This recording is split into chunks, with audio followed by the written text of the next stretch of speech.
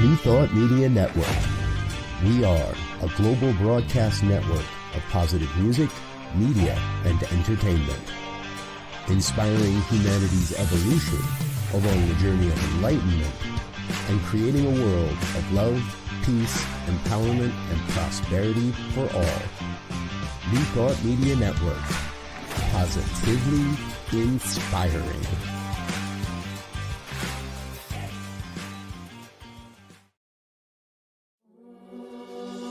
Free my mind, open my heart with the whispers of truth. To live a conscious life, to live a conscious life on the growing edge. On the growing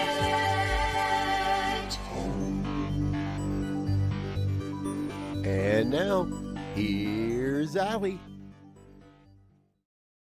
Hello and welcome to Growing Edge Live. I'm Allie Benjamin, and it is my great joy to be here today again. For those of you that watch regularly, I'm so glad that you're here. And for those of you that are tuning in for the first time, I'm really glad that you found us. We are all about having conversations with soul-centered individuals that are channeling their time, their talent, their energy, their resources, their love, their joy, their creativity, everything into doing good work in the world and really making a difference. And so you can find us here every Monday and we dive in and have a conversation. And today I'm having a conversation with someone that is very near and dear to my heart, Christie Walker Bos. She is a friend of mine from way back. There she is. For those of you that are watching, you can see her. And where are you, Christie? I am in Desert Hot Springs, California. Very nice. And I'm in Utah. We've got a storm coming in today, and you're probably in the shorts and sandals weather. No, actually, we had a storm that came in last night, and we had some rain, and I'm looking out the window, and there's snow on San Jacinto. Huh, so nice. It's a little chilly for the desert today, but it'll warm up tomorrow. Yeah, it always does. This time of year, the weather, you can't predict it. I remember because I used to live in Big Bear Lake with you in Southern California, and we would have this saying, I don't know if you did, but yes. Only fools and flatlanders predict the weather. I don't know. My saying was, if you don't like the weather, wait 10 minutes. Yeah, that's a good one. So Christie and I met years ago. I was trying to think of the actual date. I'm thinking it was around 1998 or 99. I think it was more like 2001 because okay. I moved to Big Bear in 2001. Oh, so okay. It would have been shortly after that, yeah. Because we collaborated on a women's conference or retreat there in Big Bear Lake that was titled The Women of Wisdom.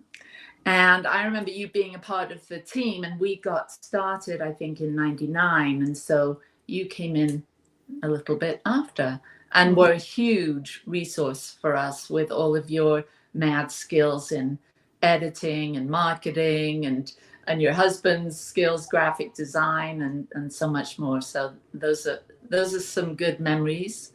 And yes. We'll dive into that a little bit. So you're more than someone that lives in Desert Hot Springs and Big Bear Lake. You are an author and you're an adventurer. I know that's a broad term, but we'll dive into that a little bit.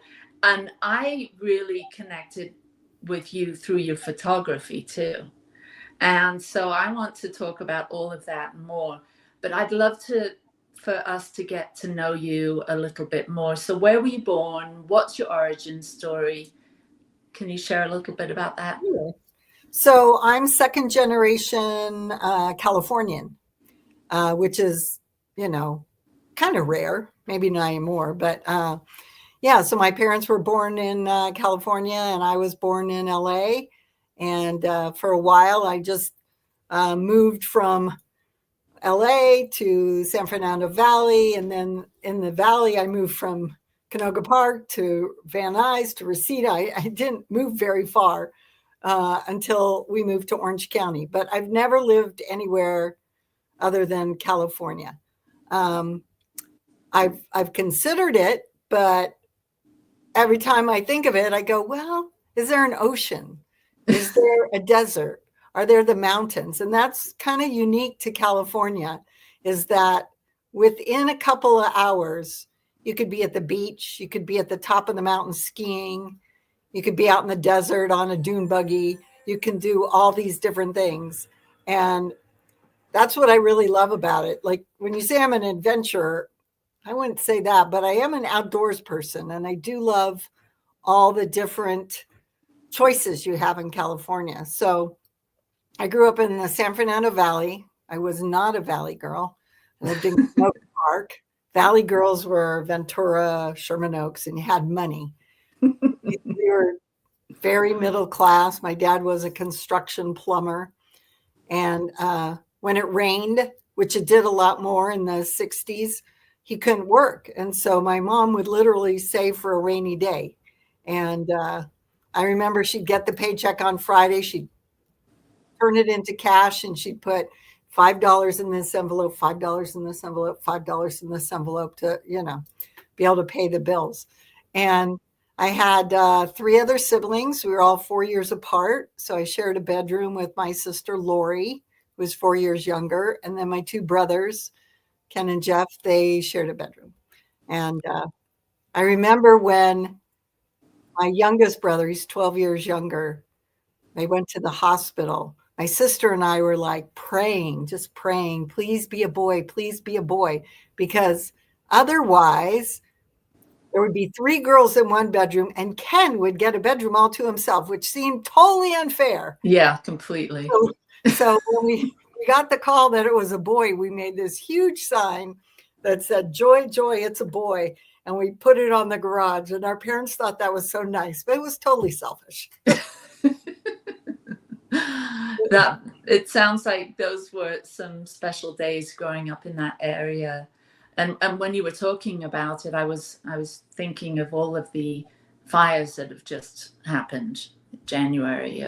And well, there's always seems to be fires going on in America, especially in California. Yes. But that must have been, I know it was really hard for me. And we never lived in LA. We lived in Laguna Beach, Dana Point, and then up in Big Bear, which is, close, but not that close. But would spend a lot of time going to LA. It was only for half an hour away from us. But you actually lived there. Were there areas that were affected, people's homes that you knew that were lost during the fires? During this round of fires, or in the past? This one, yeah. Yeah. I only knew one person. So we have house concerts up in Big Bear, and where we bring in bands. And one of the bands, Ukes of Hazzard, they were like 7 ukulele players. They were great.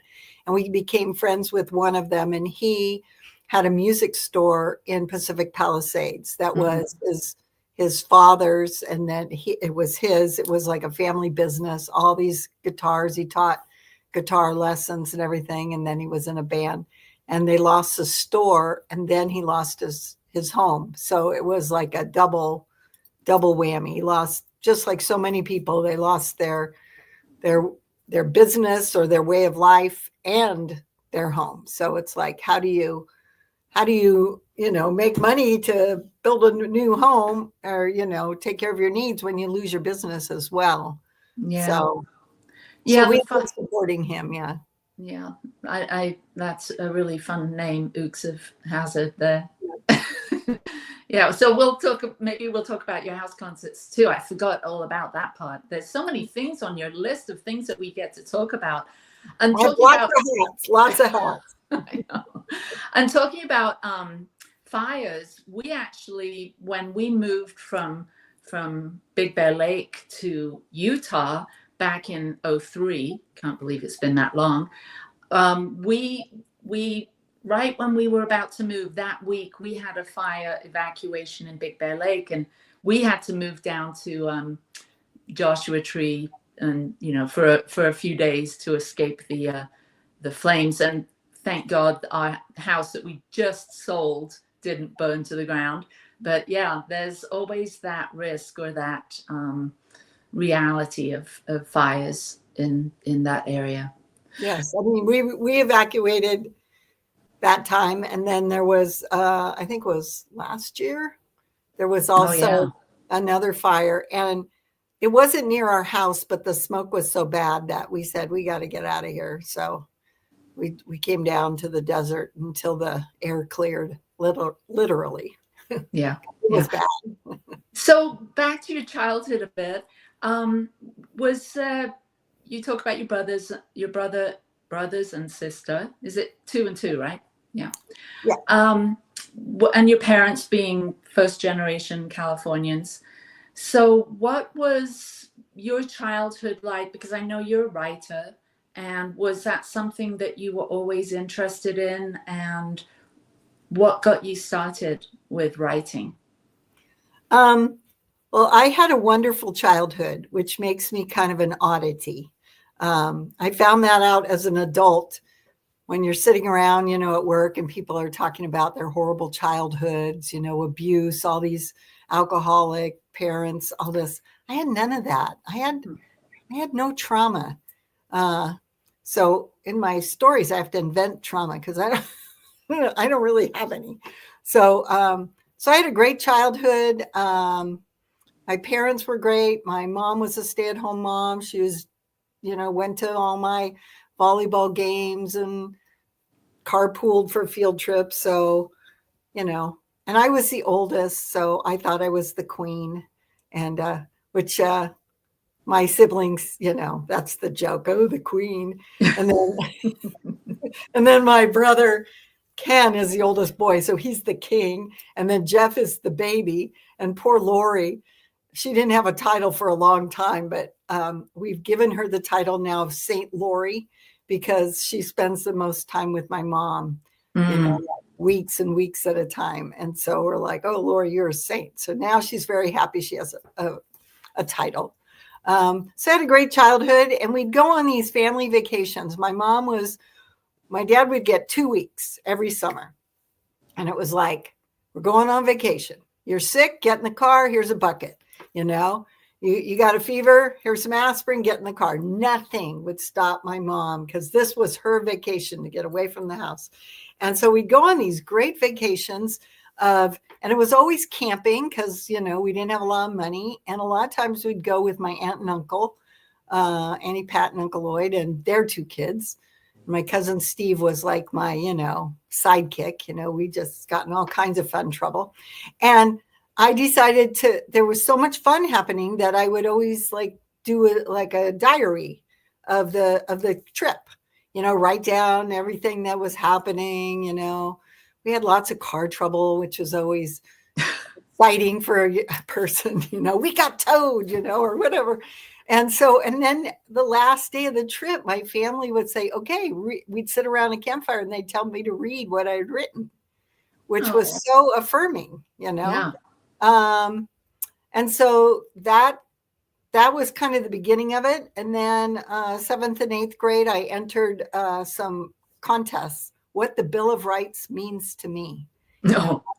Not a really exciting topic, but it was a contest for schools in Southern California. And I actually won. I forget what I won, but I got like a $50 savings bond. And I was like, oh my God, $50, that was like a fortune.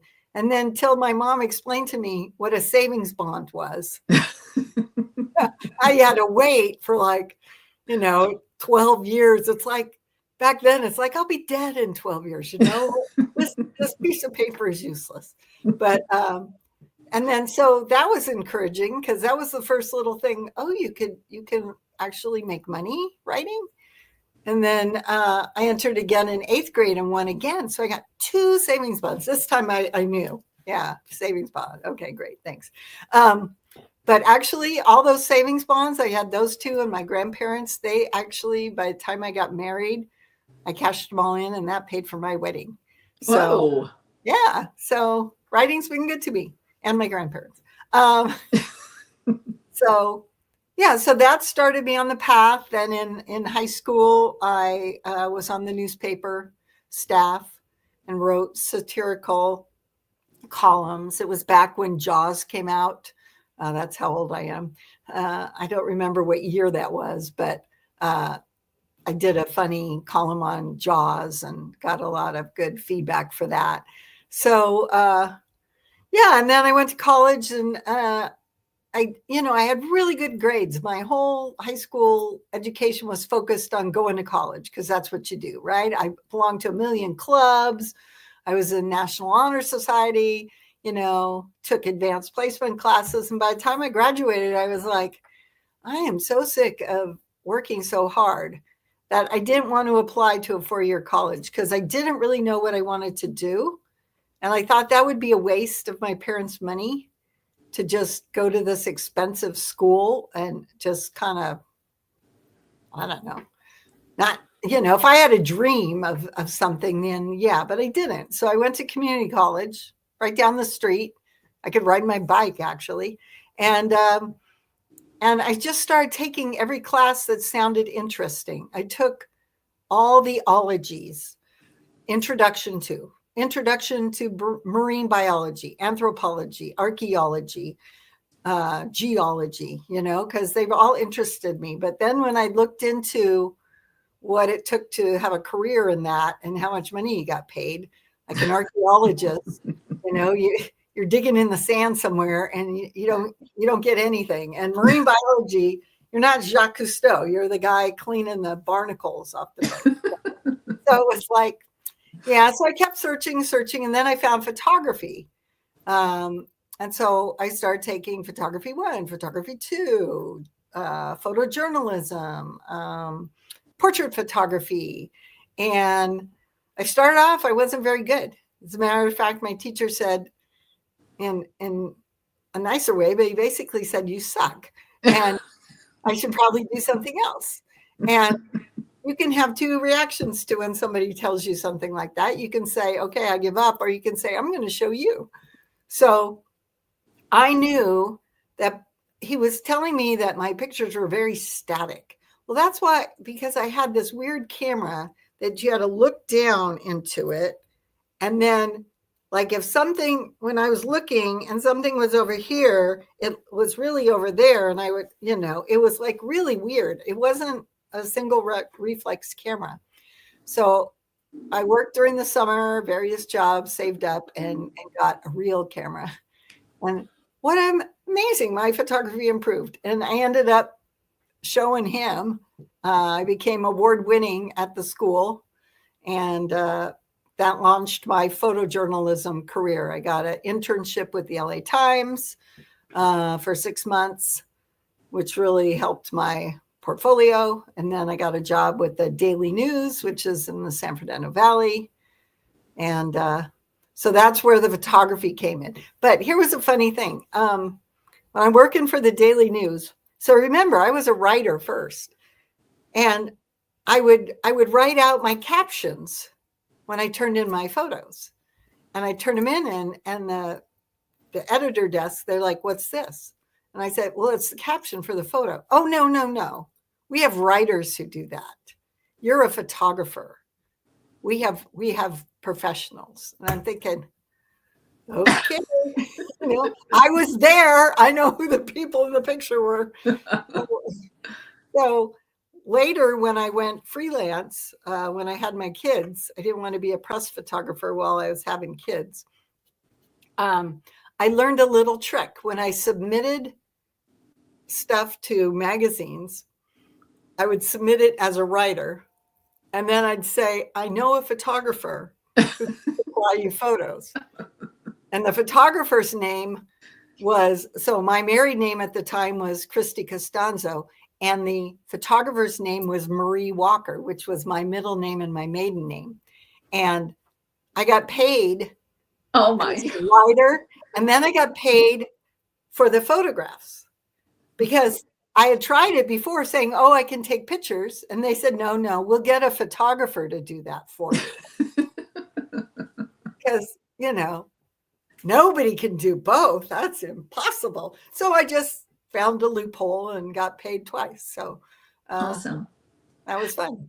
So who was the biggest influence in your life, do you think, during those time, during your childhood and college years, was there a person or a couple of people that made a significant impact on you to support you in these ventures?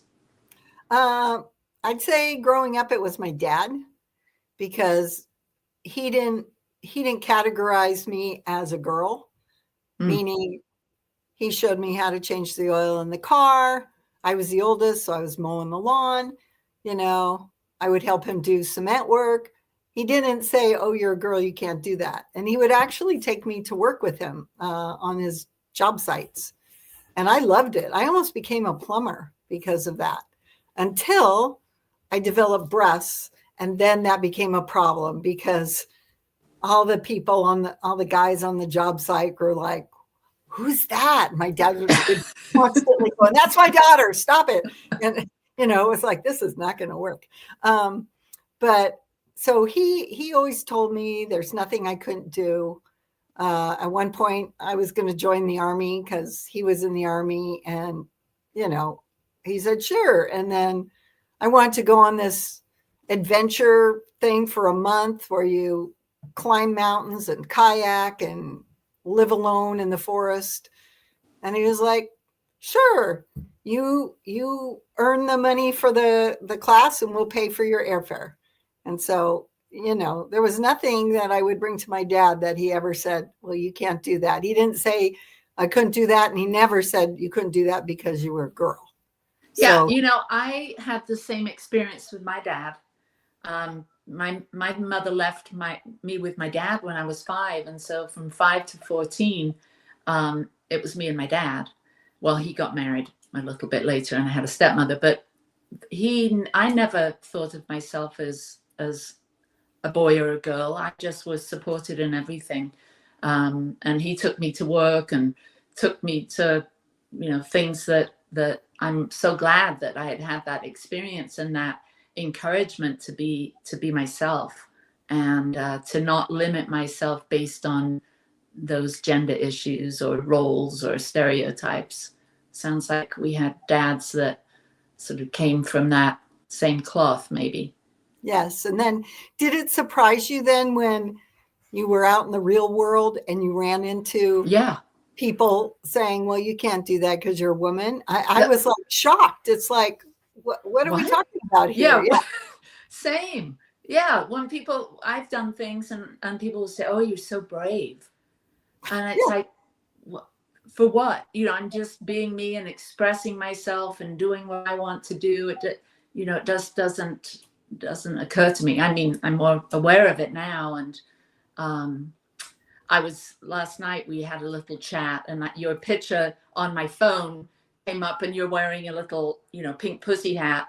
And I also knitted those and marched on the Capitol here in Utah. And I was, so I have come around to, find myself as a little bit of a feminist, but that's to support women in realizing their power. And that kind of leads to another way that we first connected when you moved from LA up to Big Bear Lake, and that's where I was living at the time. And me and a group of women in Big Bear were forming a group to have a retreat that we called Women of Wisdom California. And so we put on, I think the first one was in 2001? I think it was. So, yeah. And then we went on for a few years, and I left in 2003. So I know you continue to work with that group, but we did bring this group of women together from all over California and beyond, really, to come up to Big Bear to have an adventure, really, in the mountains. It was a 2-night, 3-day retreat where we would have guest speakers and opportunities to do things like ropes courses. And I don't know, what do you remember about those days? What was your impression of coming to Big Bear and finding this group of women that were putting on a women's retreat? Well, I think we talked about this before too. It's like up until I moved to Big Bear, I didn't have a lot of female friends. I'd have like one girlfriend or, at a time, a couple work girlfriends or whatever. But it wasn't until I moved to Big Bear and I met this group of women that I really discovered that if you have the right group of women, they can really be supportive and be your friends. And during the Women of Wisdom conference, there was a thing like a circle where we were all sharing. And I shared that. And there were so many women who were like, oh my God, me too, me too, me too, me too. And so I don't know if it had just, we had all gotten to a point in our lives that we were older and wiser and we're not like competing. I don't know what it is about younger women that, competing with each other with how they look or, with the guys. I don't know what it is, but all that was gone and it was amazing. And I'd never connected with women like that before. And I was kind of like shocked. And a lot of those women like Barbara Jordan and, Carol Treadwell. Robin Bradley. Yeah, I'm still friends with them. And as a matter of fact, I belong to a circle with Carol Treadwell and Barbara Jordan, and where we're still sharing and in a safe space. And that was all new to me.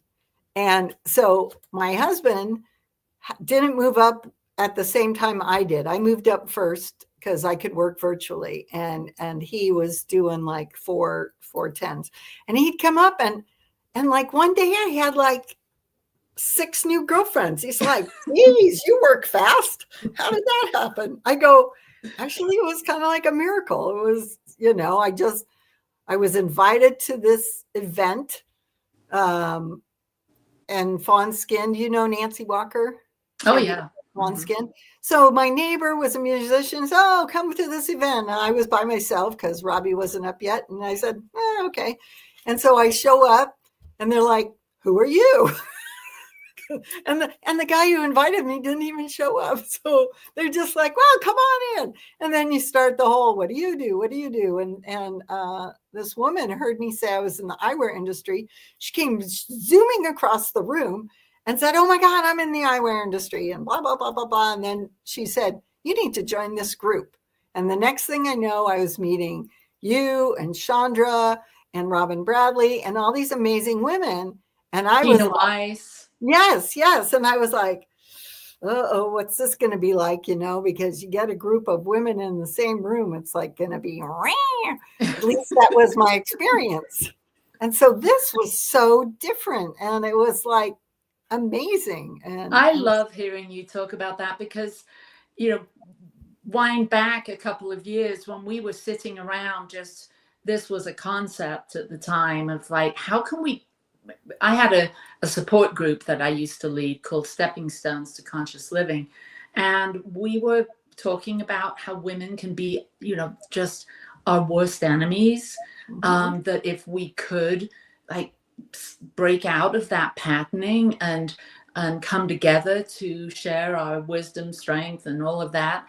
And so when I remember Beth Wheat, Beth Gardner, who at the time, she was in the corporate world, and she led us through a visioning on how to create a mission statement to support this group. And we were at Jean Sweet's house. Do you remember Jean? Yes, of course. We were talking about, we want to embrace our commonalities, and we want to honor our differences. And so to hear you saying all that, because you joined us a couple of years later, it was as though that visioning, that like setting the intention, that coming up with a mission and vision statement really, rippled out and drew you in, because that consciousness was already established within the heart of what this was. And so to hear you say that it had been a struggle for you to really make bonds and connections with, women in general. And you and I talked about this too. Me too. I'd have one woman friend, but just would always stay away from those cliques and groups because it was hard. And for us as women in our middle years to come together and to create that container for healing, for conversations, for connections. And I have to say, my husband's writing in comments, empowering each other via acceptance of our unique gifts and challenges. There he goes. Thanks, Michael. Yeah, to hear that it was that place for you. And I think the year that you came in, we also started to invite the youth, the younger women, to come in.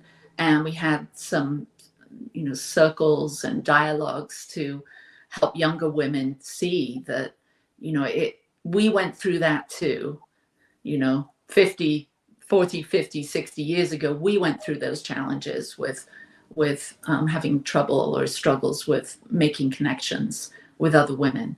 And here we are together, creating that space of building bonds and roots. I want to just take a moment. We're going to have a short break, and then we can come back and talk more with Christie about what she's doing now and the books that she's written. See you in a minute. Please help us say thank you to our organizational sponsors, including the Hefferland Foundation, Affiliated New Thought Network, International New Thought Alliance, Science of Mind Archives and Library Foundation, Center for Spiritual Living Denver, Center for Spiritual Living Midtown, New Thought Philadelphia, Planned Happiness Institute, Summit Center for Spiritual Living, One Heart Retreats, Center for Spiritual Living on the Lake, Unity Kitchener, Unity Spiritual Center, Ottawa, Om Center for Spiritual Living, Satya Center, Begin Within Ministries, Center for Spiritual Living North Jersey, Unity of Savannah, and the Center for Spiritual Living Seattle, as well as all of our individual donors. Thank you for being part of the New Thought Media Network. Please like, share, and subscribe. New Thought Media Network, positively inspiring.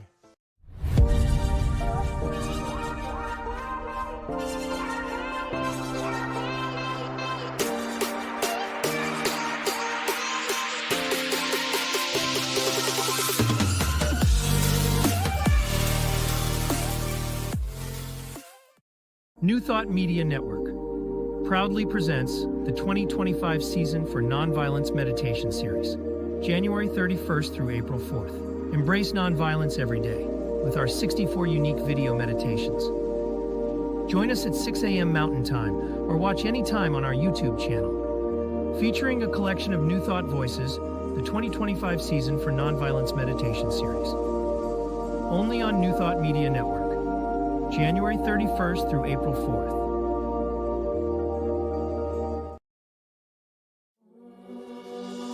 Free my mind, open my heart with the whispers of truth. To live a conscious life, to live a conscious life on the growing edge. On the growing edge. And now, here's Allie. We're back. I'm with my friend Christie Walker Bos, and we're talking about her life. We're talking about women circles and all kinds of things. And you've dropped a few hints of things that I want to pick up on. So you're an author. You also mentioned editing and working in the eyewear and optical area, or I don't know what you call that, world. Yes. And I know that you travel a lot. And I know you also have created this incredible urban adventure quest. So I want to talk a little bit about the work you do in the world and how you impact others through the things that you do.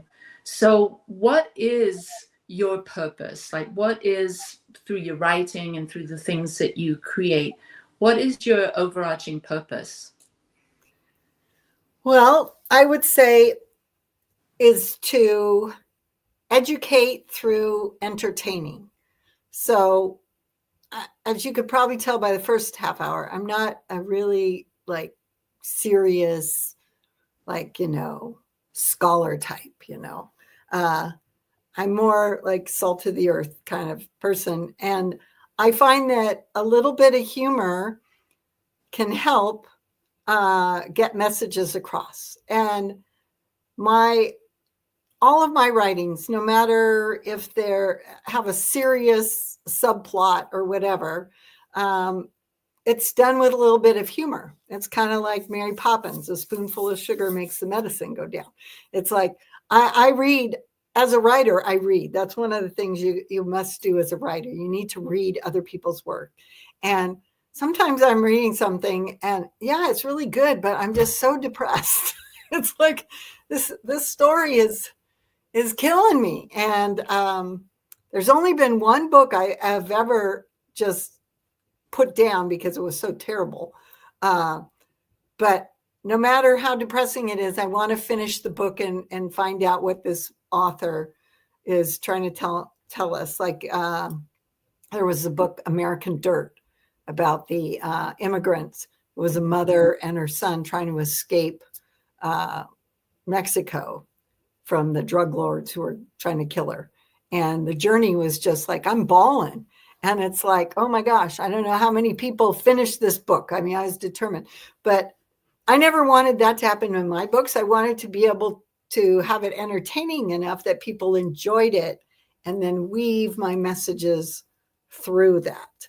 So my first novel, because I never did fiction for all my life until I met Robbie. And then Robbie's my husband, for those who don't know. And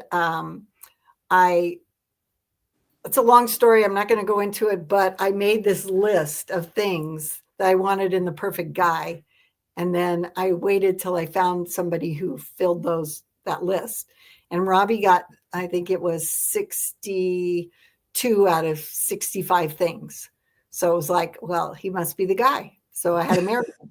So I love that. And you wrote a book about that. And I love that book. That was my first foray into fiction. And even though it was based on the experience of how I ended up with Robbie, I totally fictionalized it. And then I wrote another romantic comedy.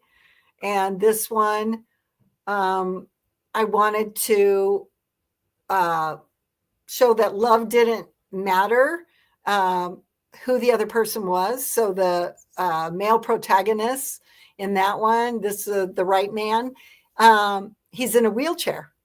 And she doesn't know it at first because she meets him online and she sees this much like this. And she thinks he's in a chair because he does stuff like, he goes like this, woo, when he's teaching his class. And then later she finds out that he's in a wheelchair. But that doesn't stop her. And even though he's put off, like, who will love me? She's like, well, it's not about being in the chair. It's about you as a person. So heavy message. I did a lot of research with the community. I actually had, because it was a romance, there was going to be a sex scene with a guy in a wheelchair. And I wanted to know the ins and outs of that. So I found an online community and a guy named who called his handle was Round Feet. So, I remember you contacting me because my son's in a chair and you had a few questions for me. Yes. Yeah. Yes. So a lot of research, even though it's fiction, it's, I want there to be enough truth. I mean, my fiction is based in reality. It's not like, fantastical or science fiction or whatever. It's real people in real situations. So, and then that brought me so I did a couple of romantic comedies, which were really fun. And then I wanted to do something a little bit more serious. And that's what led me to writing Fearless, which I think is my best. I've had a lot of people who told me they like that one the best. And And Well, so, it's my favorite because I did the cover art. yes, you did. You And said, wow, look at that. yeah, Doesn't that, there it you can is. tell that's her work. But there's the 4 women. And she did, I described to you, you know, this one is shorter and heavy breasts and a heavier person. This one's tall and thin, and this one, you know, so you really captured them in your Yeah, I can see art. it's Monica, it's Corey, Kate, and Trish. Yes. Yep. And so the idea for this book was, I think within every woman, you have opportunities, choices to what your life path is going to look like. And it used to be that you only had one choice, being a mother. That was the only choice society allowed you. But this was written in, you know, present day. And so I wanted to explore all the choices that were available at the time, you know, so a woman could just go straight career and just, you know, focus on that, no family, just hardcore career. Then somebody could do straight motherhood, you know, not have a career, just be a stay-at-home mom. And then like Kate, they could try to do both. And she did. And so she had kids, but she kept her career alive. And I think it was Trish who had the avocado farm with her mom. And even within that, Trish goes to this growers meeting, and she's the only woman avocado farmer and grower. And there's pushback, you know? So I'm exploring, and then she has migrant workers who she helps out and with the family. So through fiction, I was able to explore a lot of different themes, Mm-hmm. but do it in such a way, like, I don't think it helps anyone to hit them over the head with a hammer about, look how unfair this is, how they're treating her. It's easier through a fictional character to then live her experience of going to this meeting with all these jerks who are saying, who are you? You don't belong here. And her standing up for herself. So Corey, she was the character who was the TV personality. Yeah, journalist on CNN. Journalist. So you can see, so a journalist, right? Oh, how did I come up with that? Now, I never worked for CNN. I didn't do that. Oh, stay-at-home mom. I did that for a while. Oh, a mom who is doing some freelance work and being a mom. Oh, where'd that come from? It was all fractions of me, you know, that I then expanded into what if I had just done journalism? What if I had just been a stay-at-home mom? And Monica was a photographer. Yeah. I wonder how I got that idea. You know, so, but what intrigued me, one of the other messages was that Corey was a victim of verbal abuse. Mm-hmm. And I really wanted to shine a light on that because... And psychological abuse. Yes. And that is not something that people really understand or recognize because there aren't any exterior bruises. You know, you can't call the police and say, you know, my husband's treating me poorly. You know, he's saying all these terrible things to me. He's calling me a loser constantly. They can't do anything about that. They won't. And so they barely do anything if you've been beaten up. You know, you have to have proof. You have to have bruises. You have to, you know, go get a swab test. And so the burden is always on the woman to prove what these things are happening to her. So I kind of wanted to bring to light this different type of insidious abuse and how it affects the person's view of themselves, and that it's up to the woman really to understand this so that she can break out. And my first husband was like that. And so it took another woman, a friend of mine, who said to me, this is your fault. And I was like, what? Excuse me? How is this my fault? And he said, because you're allowing it. You need to stop allowing it. You need to stand up for yourself and say, you are not allowed to do this anymore. And if you do, these will be the consequences. And she told me you need to do that when you're not in the middle of a fight, when you're not angry, because what would happen, I would try that and he'd say, oh, you're being hysterical. Oh, you're exaggerating. Oh, you're flying off the handle. Oh, you're running away. All these things. And then I'd argue about all that and I'd never get anywhere. So this woman's advice changed my life. And the weirdest thing, Allison, was when I told him, you can't do this anymore, because if you do, I'm going to take my purse and I'm going to go in the car and I'm going to drive away and go to a friend's house. And that's it.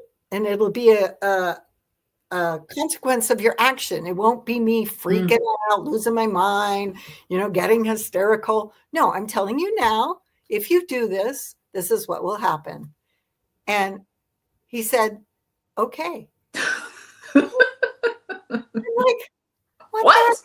Why didn't I do this years ago? And so what I was hoping is that by sharing these kinds of experiences in a fictional form that's easier to digest, that hopefully I could help somebody else like this woman helped me. So that's where Fearless came from. It's beautiful. And I enjoyed reading it just recently in preparation for this conversation. And I could see all those aspects of you in each of the characters, how it was, woven in. And it was very touching to hear of Corey's story. Corey is the CNN journalist that has the abusive husband, and she then moves across the country, and she had sort of bought into the system that said women have to be beautiful, and she had cosmetic surgery and all of these things. And so in leaving her husband, finding that courage after 30 years, I think, to leave him, and then got rid of her fake boobs, got rid of her extensions, her eyelashes, and all of the things that went along with this image that this man had sort of told her was standard, or what he expected of her, or what the industry expected of her. To hear her story of leaving, of finding a voice and leaving, and then letting go of those things, it's not easy to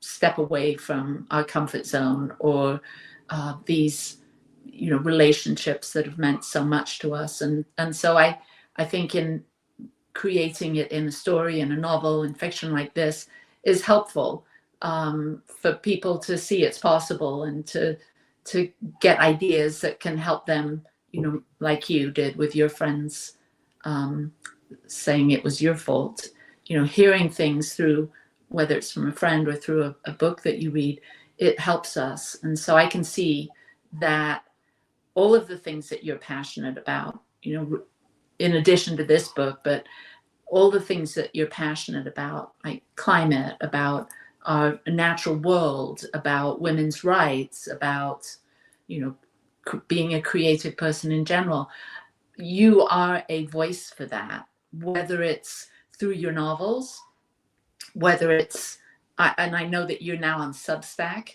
you've taken on that new platform to be able to express yourself and write different than the novels, obviously. So how is Substack supporting you in bringing, and I love the title, by the way, so will you share the title of your Substack? And I just read this morning your first post, so let's hear a little bit about that. So a friend turned me on to Substack, which is a platform for writers. And there are categories, like if you go on Substack, you'll see there's all kinds of, you can click on humor, politics, health, any kind of category, and then you'll find all these writers. And I decided during these times, difficult times, I'm being bombarded everywhere, Facebook, friends, everything with their anger and rage at what's going on. And I share that, but I don't want it to take over my life. I can't be angry all the time. And what I was finding is, my phone keeps, lighting up with what the latest catastrophe is.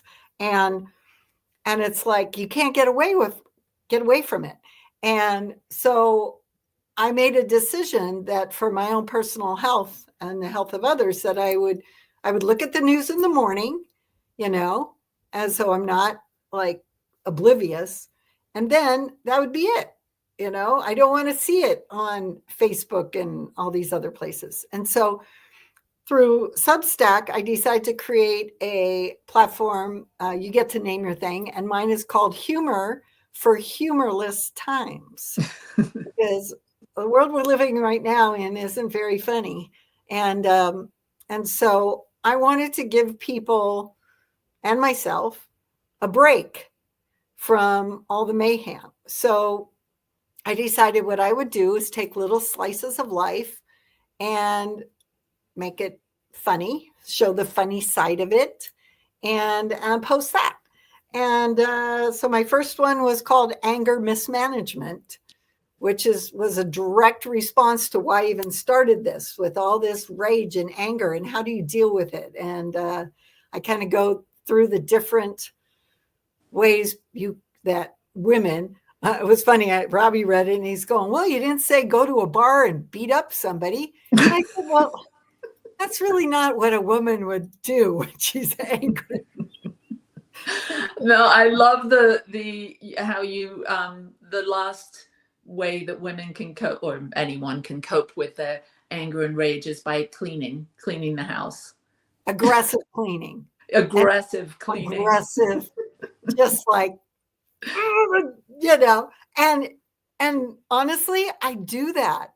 I really do that. I have cleaned the whole house in rage. Yeah, I mean, getting your hands on a vacuum cleaner and going to town, I mean, that is ways to release some of that pent-up aggression. But what I really enjoyed was your when you were talking about being at the grocery store and there was a kid that had a temper tantrum, threw himself down on the ground because he couldn't have the candy bar or whatever, and saying to the mother that, don't you wish you could do that too? Yeah. Can you imagine if we just gave ourselves permission to like have a full-blown temper tantrum? Oh, it would be awesome.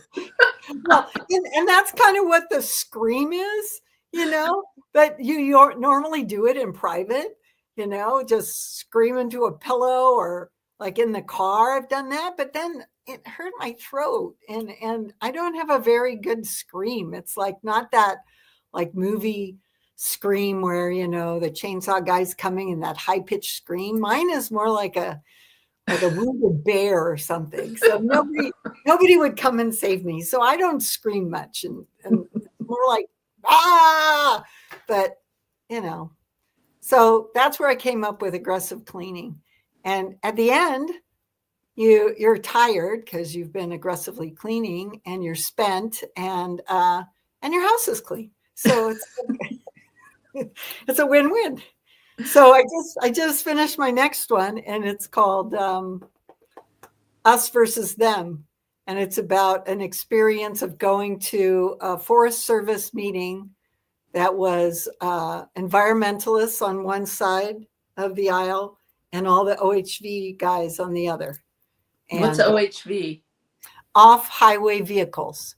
So it was in Big Bear. It really happened. Of course, I kind of exaggerate a little, but this really happened. And we were there because the OHV people wanted more roads through the forest. And the environmentalists were there to say, you got enough roads. You got enough roads. and leave some forests for the hikers and the horseback riders and all this. So it was really us versus them, and it was quite humorous. And you'll have to wait to read it, which will come out this Wednesday. So so I'm just picking slices of life that I think are funny. I had a weird dream that's going to be about one.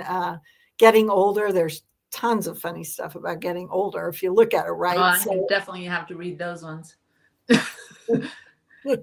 So I'm having fun with it, and I hope it gives people like a little giggle, a smile, a break in the madness. I'm committed to doing it for a year, every first and third Wednesday of the month. So that's awesome. We need more humor in these humorless times. Yes. I did mention that you do this urban adventure quest, and so I want to have you quickly share a little bit about that, and then we'll say goodbye to you. Yeah. Oh, so tell us about Urban Adventure Quest and how people can find that. Okay, so it's family owned and operated. I started it with my brother, his wife, and my husband and me.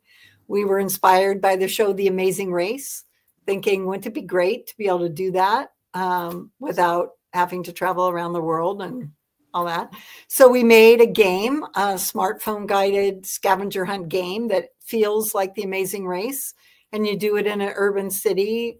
There's one in, there's 70 across the country, but there's one in Salt Lake City. There's in LA, San Diego, Boston, Hawaii.